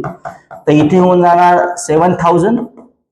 मित्रांनो क्रॉस मल्टिप्लिकेशन करू नका, 110 भागिले 100 करू नका, डायरेक्ट करा. हे 1 आणि 1 0 1 0 कटलं म्हणजे 1/10 म्हणजे किती? 0.1 चा क्यूब. आणि मला वाटते हे 7000 इंटू 1. हे येणार 1 चा होल क्यूब, आणि हे येणार 7000 इंटू 1.1 चा क्यूब. किती येणार कार्तिक? चला ना करूया ना. 11 जोड किती येतो? 121. पुन्हा 121 गुणिले 11 करा. 1 2 1 पुन्हा 1 2 1 म्हणजे 1 3 3 1 येणार आहे ना, 1 3 3 1. आणि डेसिमल किती नंतर? 3 नंतर येणार, म्हणजे मला वाटते 1.331 येणार आहे ना, 1.331. चला तर याला आपण 7 न पुन्हा हातासारखं मल्टिप्लाय पण करून घेऊया. 7 1 7, 7 3 21, 7 2 7 3 21 22 23, 2 7 1 7, 7 2 9, आणि डेसिमल 3 डिजिट लेफ्ट साइडला 1 2 3. तर हे येऊन जाणार 9.317. ओके 9.317. पण मित्रांनो 7000 होतं, ते पण लक्षात घ्या. म्हणजे याचा आता पुन्हा तुम्हाला 3 डिजिट काय करायला, म्हणजे 7000 होतं ना, म्हणजे हे म्हणजे इथे येणार डेसिमल, म्हणजे ते येणार 9317 रुपये. बघा मित्रांनो त्याची अमाऊंट किती आली? 9317. पण आपल्याला कंपाऊंड इंटरेस्ट करायचा आहे. How to calculate compound interest? That is actually amount minus principal. काय होती अमाऊंट काय होती? तर मला वाटते अमाऊंट होती, कंपाऊंड इंटरेस्ट काढायचा आहे आपल्याला. तो compound interest is equal to amount minus principal. मला वाटते अमाऊंट किती होती रे? अमाऊंट होती 7000 ना, प्रिन्सिपल. हा अमाऊंट आता जस्ट आपण काढली. अमाऊंट किती काढली आपण? 9317 मायनस अमाऊंट किती आली? 7000 ना. तर मला वाटते 2317 रुपये आले ना कंपाऊंड इंटरेस्ट, 2317 याच्यासाठी आलं. चला आपण काय करूया, अमितने, हे झालं राजूसाठी, आणि मला वाटते अमित साठी काय, अमित ते किती पैसे इन्व्हेस्ट केले? 8000 रुपये इन्व्हेस्ट केले. मला वाटते चला डायरेक्ट आपण काढूया. आता आपण अमित साठी कॅल्क्युलेट करूया. फॉर अमित प्रिन्सिपल किती आहे? 8000. रेट ऑफ इंटरेस्ट किती दिला? 10. मला वाटते 2 इयर साठी आहे, म्हणजे यांच्यावर किती आहे 2 आहे. कंपाऊंडेड अॅन्युअली म्हणजे काय करायची गरज नाही, डायरेक्ट फॉर्म्युला लावूया. Amount equals to principal in bracket 1 plus r divided by 100 to the power n. Principal किती आहे, प्रिन्सिपल 8000 आहे.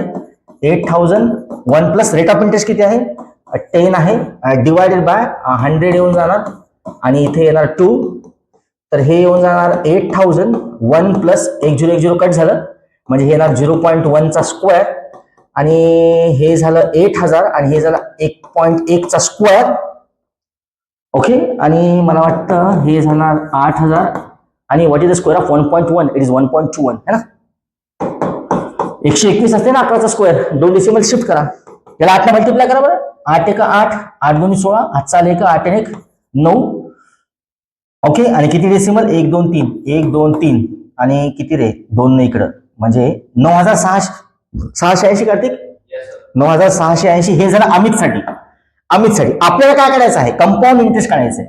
Where interest to calculate compound, तर कंपाऊंड इंटरेस्ट येणार अमाऊंट मायनस प्रिन्सिपल म्हणजे 9680 मधून मला वाटते 8000 गेले तर किती राहिले 1680 का 1680 येतील ना.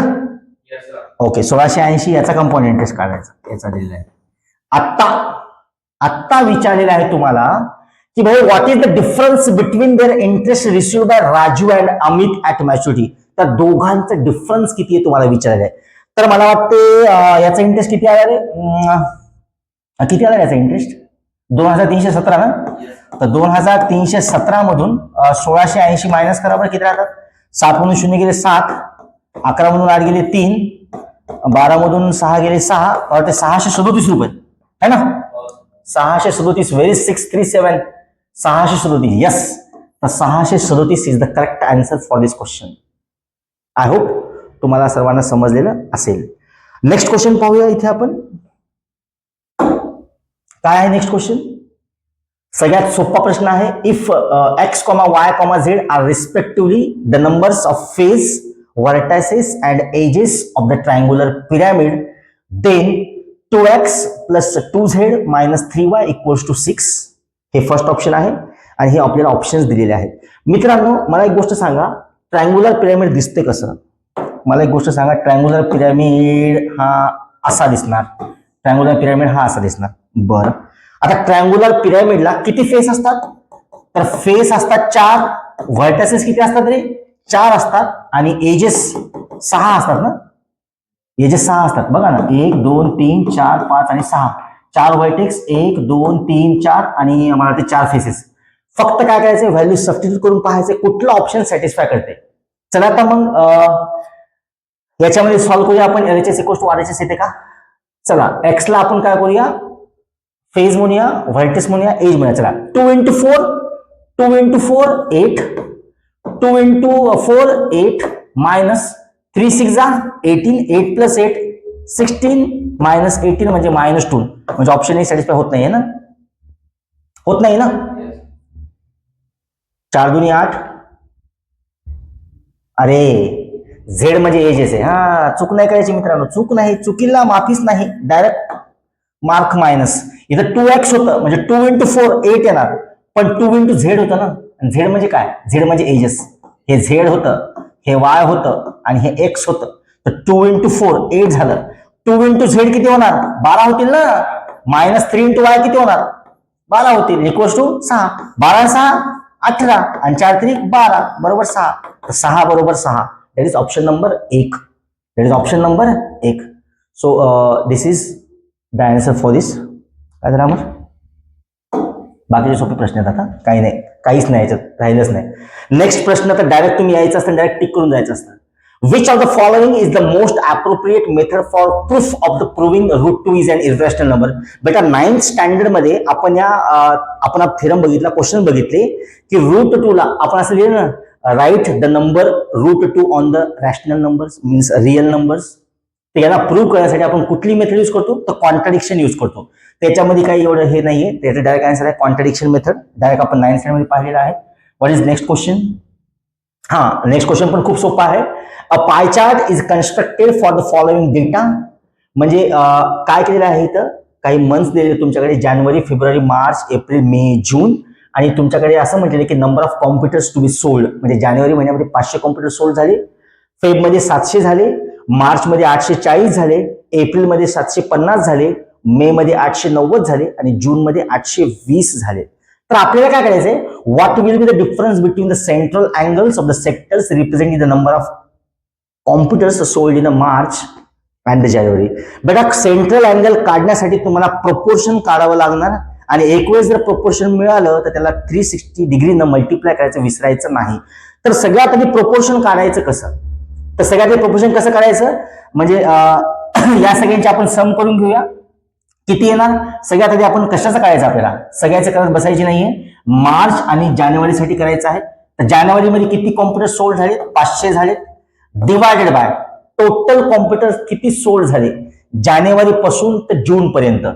500 प्लस 700 1200, 840, 750, 890 आणि 820, मला वाटते 4500 झालेले आहेत. मित्रा मी ऑलरेडी कॅल्क्युलेशन करून बसलोय, तर मला वाटते 4500 याचा आन्सर आहे ना, 4500 मल्टिप्लाय बाय सेंट्रल अँगल म्हणजे 360 त्याला मल्टिप्लाय करा.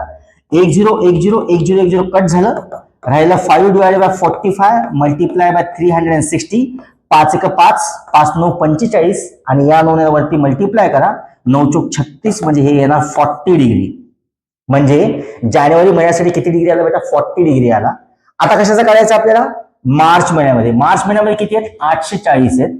तर 840 भागिले 4500 गुणिले 360 करा. चला तर मग 1010 कट झालं, पुन्हा 1010 कट झालं, ते येणार 84 भागिले 45 गुणिले 36. इथे काय करा, 9 डिवाइड करा, 9 5 45, 9 चौक 36 आणि राहिले किती आपल्याकडे राहिले 84 मल्टिप्लाइड बाय 4 डिवाइडेड बाय 5. म्हणजे आपण जर याला 5 ने जर डिवाइड केलं तर 5 1 5, 3 उरले 34 झाले, 5 6 30 उरले 4, 40 झाले, 5 40 म्हणजे 16.8 मल्टिप्लाय बाय 4 म्हणजे 8 चौक 32, 7 3, 6 चौक 24 आणि 3 27, कॅरी 2, 4 1 4, 4 2 6, हे आले 67.2 डिग्री. बर काढायचं काय, what will be the difference between the central angles of the sectors representing the number of computers sold in March and January. मित्रांनो जानेवारी मार्चचा आपल्याला डिफरन्स काढायचा झाला, प्रश्न झाला ना सॉल्व. किती आला मार्चचा आपल्याकडे 67.2 आणि हे किती आला 40, किती येणार आहे आन्सर 27.2 येणार का, 27.2 ऑप्शन आहे का, यस करेक्ट आहे, 27.2 इज द करेक्ट आन्सर. अशा पद्धतीने मित्रांनो आपण मॅथ्स सॉल्व्ह करणार आहोत. चला नेक्स्ट काय क्वेश्चन बघूया. If a plus b equals to 17/6 and ab equals to 2, then what is the value of a minus b where a is greater than b. अगदी सोपं आहे. काय करायचं आपल्याला, a मायनस बी काढायचे. मित्रांनो लहानपणापासून आपण एक फॉर्म्युला शिकत आलो, a मायनस बी होल स्क्वेअरचा. काय a मायनस बी होल स्क्वेअरचा formula, a minus B whole स्क्वेअरचा फॉर्म्युला असतो a square plus B square minus 2ab. मला सांगा a मायनस बी काढण्यासाठी मला a स्क्वेअर लागतं, बी स्क्वेअर लागतं आणि ab लागतं. तर माझ्याकडे काय काय आहे, माझ्याकडे ए बी आहे पण माझ्याकडे ए स्क्वेअर आणि बी स्क्वेअर नाही आहे. म्हणून मित्रांनो ए स्क्वेअर आणि बी स्क्वेअर लागणार होतं, म्हणून मी काय करतो ए प्लस बी होल स्क्वेअर करतो, कारण मला ते लागणार आहे ना, म्हणून मी स्क्वेअरिंग करतो. तर जे दिलेलं आहे त्याचा मी स्क्वेअर करतो ना. ए प्लस बी इक्वल टू 17/6 होतं, तर मी काय करतो स्क्वेअरिंग ऑन बोथ साइड करतो ना. मग स्क्वेअरिंग ऑन बोथ साइड म्हणजे माझ्याकडे मिळणार काय, ए square plus B square plus 2ab, 17चा square 289, 289 भागिले 6चा स्क्वेअर 36 म्हणजे ए स्क्वेअर प्लस बी स्क्वेअर मला मिळालं 289 भागिले 36 मायनस 2ab. ए स्क्वेअर प्लस बी स्क्वेअरची व्हॅल्यू आहे ती उचला आणि इथे पुट करा मित्रांनो आणि तुमचं काम संपलं. काय आहे ए स्क्वेअर प्लस बी स्क्वेअर, 289 भागिले 36 मायनस 2ab आणि हा मायनस 2ab. चला 289 भागिले 36 मायनस 2ab किती होणार, मायनस 4ab होणार. म्हणजे 289 भागिले 36 मायनस 4, ab ची किती आहे, ab ची 2 आहे. म्हणजेच काय, म्हणजेच काय, म्हणजेच मला वाटते 289 भागिले 36 मायनस 8 आणि मित्रांनो 36 8 किती होतात, 36 8 288 होतात, 288 आणि भागिले 36, 289 288 गेले किती, 1 भागिले 36 किती आलं मित्रांनो 1/36. पण मित्रांनो लक्षात घ्या, इकडे ए मायनस बी होल स्क्वेअर होतं, लेफ्ट हँड साइडला काय होतं, ए मायनस बी होल स्क्वेअर होतं ना इकडे. बट आपल्याला ए मायनस बीच करायचंय फक्त, म्हणजे taking square root on both the side. मित्रांनो जेव्हा तुम्ही ए मायनस बी काढसाल तर याचे दोन आन्सर येणार, प्लस मायनस 1/6.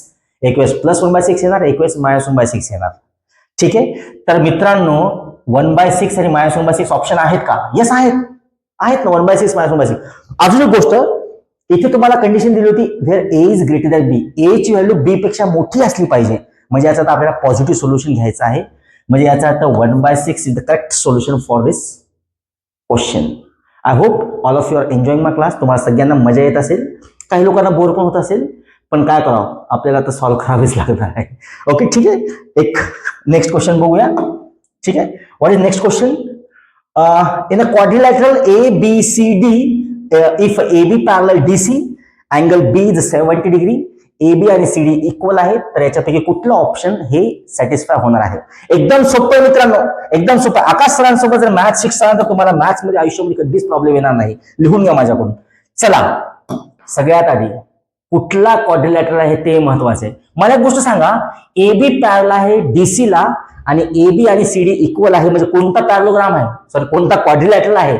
पॅरलोग्राम आहे. काय आहे पॅरलोग्राम? तर मित्रांनो पॅरलोग्राम मध्ये काय होतं, मी याला नाव दिलं ABCD. तर पॅरलोग्रामची खासियत आहे मित्रांनो, opposite sides are parallel and equal. AB आणि DC हे पॅरलल पण असतात आणि इक्वल पण असतात. त्याच्यामुळे आपण या उद्देशावर पोहोचलो की हे जी फिगर आहे ती पॅरलोग्रामची आहे. आणि मित्रांनो तुम्हाला पॅरलोग्रामच्या सर्व प्रॉपर्टीज माहिती आहेत. काय म्हणते पॅरलोग्राम? सर जीवन काय आहे ते लिहा. सर 70 आहे पॅरलोग्रामच्या प्रॉपर्ट्या. Opposite angles of parallelograms are always equal. तसला अँगल डी पण 70 होऊन जाणार. Sir adjacent angles of the parallelograms are supplementary. सप्लिमेंटरीचा अर्थ काय होतो? ऍडजस्टंट अँगलची सम किती असतं? 180 असतं. म्हणजे हे दोन ऍडजस्टंट अँगल आहेत, म्हणजे हे 110 होणार, हे दोन ऍडजस्टंट आहेत म्हणजे हे पण 110 होणार. बस झालं. ऑप्शन चेक करा. अँगल ए 110 आला आणि अँगल सी पण 110 आला, म्हणजे option number B is the correct answer. एकदम सोपा प्रश्न होता. फ्री मध्ये मार्क्स तुम्हाला मिळून गेलेत. नेक्स्ट क्वेश्चन काय बघूया. What is next question? The product of two rational number is a -40/3 if one of them is -5/2 and the reciprocal of other is x, then find the value of 8x plus 2 over 1/4. मित्रांनो 5वी आणि 6वीच्या लेवलचा प्रश्न आला आहे. मला वाटतं 100% तुमच्या खात्री आहे तुम्ही या क्वेश्चनचा आन्सर लिहूनच आला असाल. चला तर मग चेक करा तुमचा आन्सर करेक्ट आहे का नाही ते. सॉल्व्ह करूया.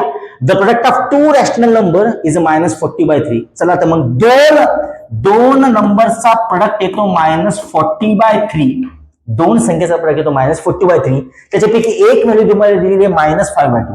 एक व्हॅल्यू दिली -5/2. दुसऱ्याला म्हणा एक्स, माहित नाही ना आपल्याला, एक्स म्हणा ना. एक्स तुम्हाला काढायचं आहे मित्रांनो. हे इकडे मल्टिप्लाय मध्ये आहे, तिकडे जाऊन काय होणार? त्याचा होणार रेसिप्रोकल. बेटा फ्रॅक्शन्स होत असते, तिकडे जाऊन रेसिप्रोकल. म्हणजे याचा आता खालचा नंबर वरी आणि वरचा नंबर खाली. मायनस मायनस झालं कटलं. 5 × 5 = 40. म्हणजेच 8 × 2 = 16/3. म्हणजे एक्स ची व्हॅल्यू आली 16/3. मित्रांनो काळजीपूर्वक करा बरं का. इथे काय म्हटलं, जो दुसरा नंबर आहे तुमचा 16/3 आला, पण त्याचा रेसिप्रोकल करा बरं का. कारण की क्वेश्चन मध्ये म्हटलेलं आहे the reciprocal of other is x. म्हणजे तुमचा जो दुसरा फ्रॅक्शन आहे तो या एक्सचा रेसिप्रोकल घ्या. तुमचा आत्ताचा जो एक्स असणार तो असणार 3/16. समजलंय का तुम्हाला? आय होप तुम्हाला सगळ्यांना समजत असेल. Now to calculate the value of 2x + 2 over 1/4. चला तर मग 8x + 2 over 1/4 काढूया. 8 multiply by what is the value of x here? 3/16. आणि मिक्स फ्रॅक्शनला कसं सॉल्व्ह करायचं? 2 4 = 8, 8 + 1 9/4. याला सॉल्व्ह करा. 8 × 8, 8 2 = 16. म्हणजे हे किती झालं रे? 3/2 + 9/4. ओके, बेस सेम करून घ्या. म्हणजे याला 2 ने मल्टिप्लाय करा, याला 2 ने मल्टिप्लाय करा. सॉरी, म्हणजे बेस सेम होऊन जाणार. म्हणजे 3 2 = 6 आणि 9 15/4. 15/4 ऑप्शन आहे का? 15/4 ऑप्शन आहे ना. मिक्स फ्रॅक्शन मध्ये आहे मित्रांनो. 3 or 3/4. 3/4 बघा ना, 4 त्रिक 12, 12 आणि 3 15, 15 भागिले 4. That is option number 2. I hope तुम्हाला सर्वांना समजत असेल. काही लोकांना बोर होत असेल, पण मित्रांनो झालं. एक 5 क्वेश्चन्स राहिलेले आहेत. 5 क्वेश्चन 5 मिनिटांमध्ये फिनिश करूया आणि आजच्या या सेशनला आपण द एंड फुल स्टॉप करूया. चला नेक्स्ट क्वेश्चन. काय आहे नेक्स्ट क्वेश्चन?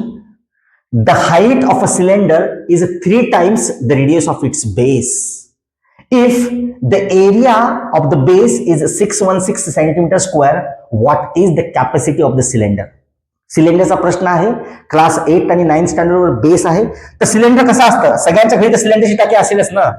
हो, सगळ्यांच्या घरी सिलेंडरची टाकी असेल. हे इथं सिलेंडर असा दिसतो. सिलेंडर सिलेंडर बर काय काय बेटा? याला म्हणतात हाईट आणि हा आहे तुमचा base. The height of the cylinder is 3 times its radius. म्हणजे याचा अर्थ बेटा हाईट आहे 3 times its radius. बरं, हे लिहून घेतलं. If the area of the base is 616 centimetre. मित्रांनो, एरिया ऑफ बेस जो फिगर आहे त्या फिगरचा बेस काय आहे? सर्कल आहे. म्हणजे याचा आता सर्कलचा एरिया दिलेला आपल्याला. किती दिलेला आहे? 616 सेंटीमीटर. म्हणजे पाय आर स्क्वेअर ची व्हॅल्यू दिलेली आहे 616. म्हणजे आपल्याला आर काढायचा आहे. तर चला आर काढूया 616 आणि पायची व्हॅल्यू असते 22/7. 22/7 पायची व्हॅल्यू असते. त्याला आपण जर तिकडे शिफ्ट केलं तर खालचा नंबर वरी, वरचा नंबर खाली, रेसिप्रोकल होणार. सॉरी. आणि मला वाटतं 22 2 जा 44 आणि 17 उरलेत आणि 22 8 जा आणि हे 7 गुणिले 7 राहिलं ना. तर 7 8 56 हाचे 5 7 2 14 14 5 19. म्हणजे आर स्क्वेअर 196 मिळालं. म्हणजे रेडियस मिळणार 14. रेडियस मिळणार 14. काढायचं काय मित्रांनो? What is the capacity of the cylinder? Capacity म्हणजे त्या सिलेंडरमध्ये किती जे काय पाणी असेल, गॅस असेल, जे काय असेल ते आपल्याला काढायचे. बेटा to calculate the capacity means you have to calculate the volume. Volume काढा. कसा काढणार volume? Volume of a cylinder is nothing but pi r square h. What is the value of pi? 22/7. Radius आली 14. मित्रांनो 14 चा square 196 करू नका, त्याला 2 वेळेस लिहा. 14 मल्टिप्लाय 14. हाईट मात्र लक्षात घ्या. Height is nothing but 3r. इथं 3r पुट करा. 3r. r म्हणजेच किती? मला वाटते r म्हणजे 14 ना. चला तर कॅल्क्युलेशन 7 1 7 7 2 14 म्हणजे 22 गुणिले 2 गुणिले 14 गुणिले 3 गुणिले 14. थोडेसे कॅल्क्युलेशन्स आहेत, काय नाही, फास्ट एका मिनिटात करूया. चला 22 2 जा 44 14 त्रिक 42 गुणिले 14. चला मग 42 गुणिले 42 सॉरी 44 गुणिले 42 किती येणार आहे? 44 गुणिले 42 4 2 8 4 2 8 4 4 16 हाचा 4 4 16 1 17 8 7 14 हाचा 1 7 1 8 1848 आहे ना. आणि गुणिले 14 किती येतात बघा बरं. 8 चौक 32 हाचे 3 4 चौक 16 16 3 19 हाचा 1 8 चौक 32 33 हाचा 1 4 1 4 4 1 5 5392 प्लस 1848 हो रे है ना. किती येते रे? 2 18 16 1 17 हाचा 1 8 13 23,872. हा 23,800 किती? 25,000 येते का? 25,872 येते म्हणे. ठीक आहे, 25,872 येते. बेटा हे आलं सेंटीमीटर क्यूब ना. इथं हा सेंटीमीटर क्यूब आहे. हे सेंटीमीटर क्यूब आहे. पण मित्रांनो आपल्याला लिटर मध्ये काढायचं होतं. तर एक गोष्ट लक्षात ठेवा, 1 litre is equal to 1000 centimetre cube. किती असणार? 1000 सेंटीमीटर क्यूब. म्हणजे याचा अर्थ याला आपल्याला 1000 ने डिवाइड करायचं आहे. 25,872 divided by 1000. Decimal 3 digit left साइडला 1 2 3 म्हणजे येणार 25.872 सॉरी 25.872 लिटर. ठीक आहे. तर मला वाटते मी चुकी नाही तर ऑप्शन्स लिहिलेले नाहीयेत. तर तुम्ही ऑप्शन्स चेक करा मित्रांनो. 25.872 is the correct answer for this question. Next question. The perimeter of 2 circular fields C1 and C2 are 40 pi meter and 96 pi meter respectively, what is the radius of third circular field C3 whose area is equal to the sum of area of C1 and C2? मित्रांनो आपल्याला दोन circular फील्डचा perimeter दिलेला आहे 40 पाय and 96 pi. How to calculate the perimeter of a circle? We know that, sir, the perimeter of circle is nothing but 2 pi r. तर आपण C1 साठी काढतो म्हणून C1 ला R1 घ्या आणि ते किती दिलेलं आपल्याकडे, मला वाटते 40 पाय आहे है ना. चला आता पाय आणि पाय कॅन्सल, हा 2 इकडे जाऊन डिवाइडला जाणार, तर बेटा मिळणार मला r ची व्हॅल्यू 20 है ना. पेरिमीटर ऑफचा फॉर्म्युला लावला 2 पाय r आणि पेरिमीटर आपल्याला ऑलरेडी दिलेलं आहे 40 पाय, पाय पाय कटलं, 2 मल्टिप्लाय होतं, इकडे जाऊन डिव्हिजनला गेलं आणि r ची व्हॅल्यू आली 20. आता मला एक गोष्ट सांगा, मला वाटते C2 चा पण पेरिमीटर दिलेला आहे. For calculating the perimeter of C2 same formula 2 पाय r2 इक्वल्स टू 96 पाय आहे, पुन्हा पाय पाय कटलं आणि r2 मिळणार 96 डिवायडेड बाय 2, म्हणजे r2 किती मिळते रे, 4 दुनी 8, मला वाटते 16 ना, r2 मिळते 48. बर, whose area, now what is the radius of the third circular field? बेटा जी थर्ड सर्क्युलर फील्ड आहे ना त्याचा आपल्याला एरिया फाइंड आउट करायचा आहे. बरं, त्याचा एरिया काय दिलेला आहे, it is the sum of area of C1 and C2. चला तर मग C1 अँड C2 चा एरिया घेऊया. म्हणजे याचा अर्थ area of C3, area of C3 is nothing but काय रे, area of C1 plus area of C2. Area कसा काढायचा, पाय r स्क्वेअर, म्हणजे इथे r3 स्क्वेअर लिहितो ना, पाय r स्क्वेअर म्हणजे r3 स्क्वेअर. इथे एरिया किती आला, पाय r1 स्क्वेअर, इथे आला पाय r2 स्क्वेअर.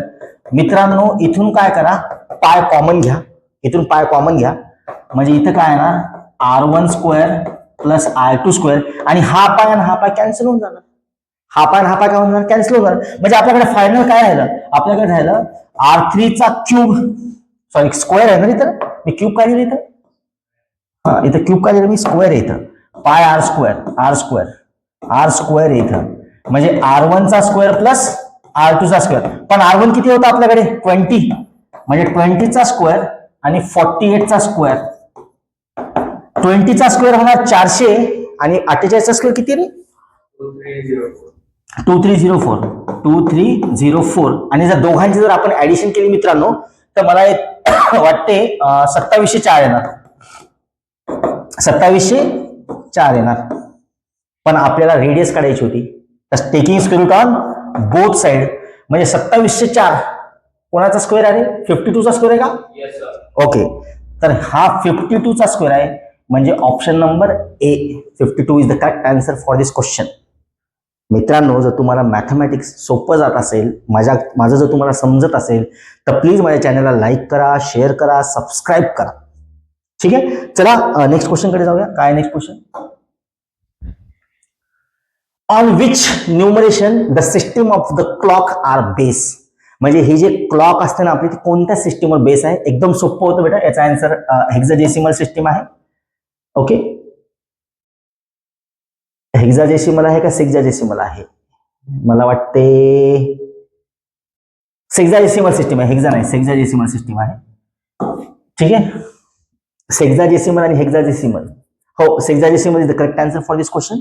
नेक्स्ट क्वेश्चन कडे जाऊया आपण. The value of root 5043 multiplied by 50 divided by root 32 multiplied by root 1323. चला आता या क्वेश्चनला सॉल्व्ह करूया.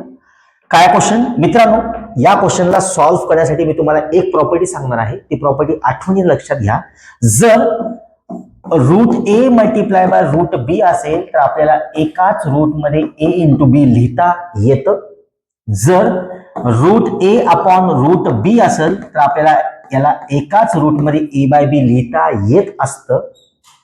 तर मित्रांनो ही जी प्रॉपर्टी आहे ती प्लस साठी आणि मायनस साठी होल्ड होत नाही. ओके, तर आपण काय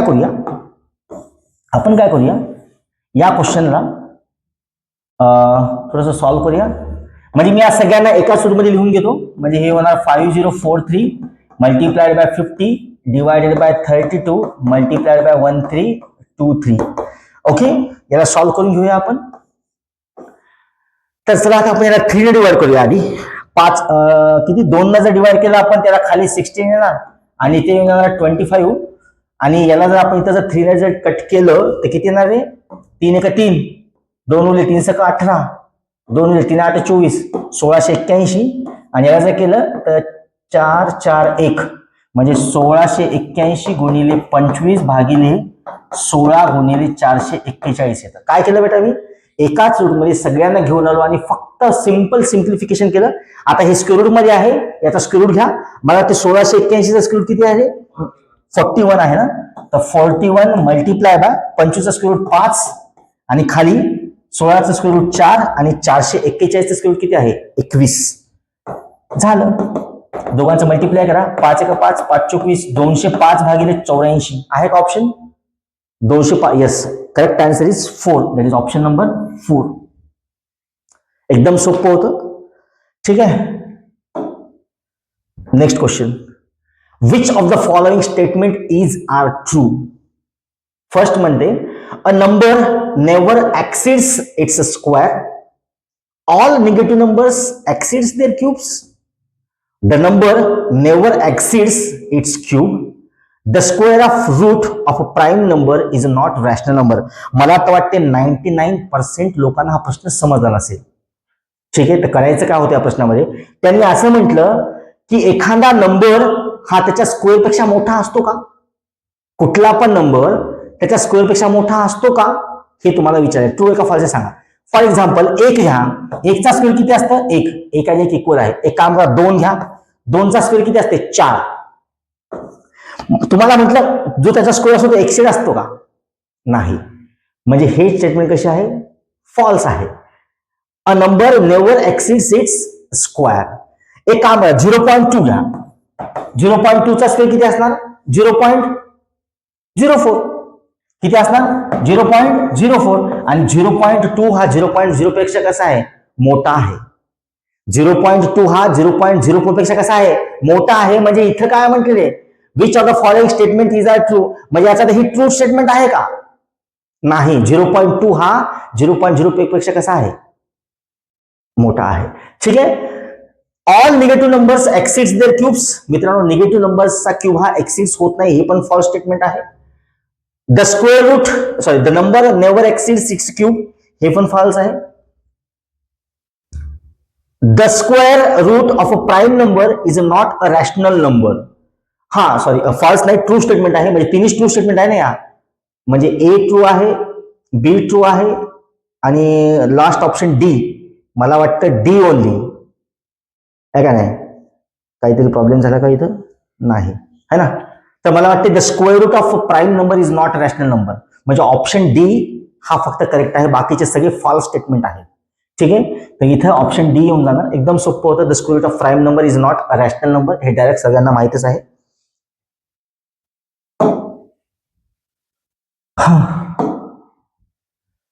तर अशा पद्धतीने मित्रांनो आपण या सेशनला इथं पूर्णपणे कंप्लीट केले. काही क्वेश्चन्स मी इथं सोडलेले आहे. मला वाटतं 1-2 क्वेश्चन्स मी सोडलेले आहेत कारण की मला वाटतं ते पेडॉलॉजीचे क्वेश्चन्स आहेत.